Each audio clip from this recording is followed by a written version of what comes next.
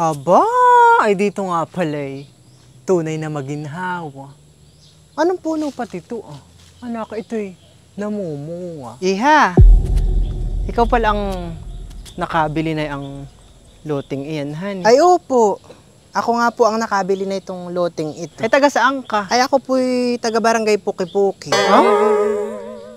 Taga barangay Poki-Poki ka pala. Ay, magkano mo nabili iyang loting iyan? Baka naman ibininta pa sa iyo ng kung magkano. Ay, iyay mura laang nabili. Doon sa totoong may-ari na yung nagbenta sa iyo na ang lupang iyan. Tsaka alam mo baga, na itong loting ito'y walang right of way. Abo, saan ka dadaan? Dapat ihahani bago ka bumili ng isang lote ay ang una mong iniintindi ay iyang daan. Ay, ikaw naman pala mahinang klase, hindi ka maalam, basta kabili ng bili.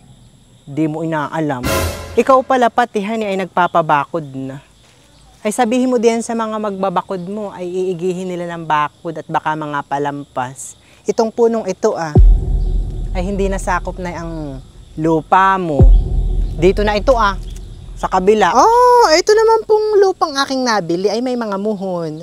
Ay di yun na lang po ang aking siyang susundin. At nang ako po hindi makakabig ng lupa ng iba at mahirap na po at baka ako'y magkaroon pa ng kasira. Di bali na pong ako ang madalhan ng kaunti kaysa ako ang makadala. At nakakahiya naman. Tsaka ako po'y walang interest din sa punong iyan. Kung sinasabi po ninyong iyan ay hindi nasakop na itong loting aking nabili, ay di ba yan? Sa inyo na po. Ako po'y walang sapat na panahon para makipagtalo pa diyan sa punong iyan. Kung gusto mo po iyong buhatin, dalhin mo po diyan kung saan mo gusto. At nang hindi po maangkin ng iba, ikaw po pati hani ay huwag masyadong mag-alala.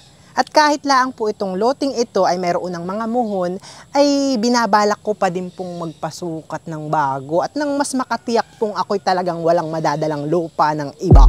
At nakakahiya nga po, di ba ga? Tsaka ako naman po hindi mukhang lupa, hindi kagaya ng iba diyon. Ay maiba ko po ay ikaw po pala ang may-ari na ang bakanting loting iyan. Ay hindi ako. Ang may-ari na itong kabilang lote Pero kakilala ko ang may-ari na yan. Hindi naman pala sa kanya ay masyadong bida-bida. Kahit saang lugar ka talaga pumunta ay hindi mawawala mga taong paki-alamera. Lumayas ka nga po din sa harapan ko at baka ako'y biglang mawala ng galang sa mga matatanday kay Matsa ko. Tek. Ay, ako nga pala hindi nakapagpakilala sa iyo. Ako si Marilyn.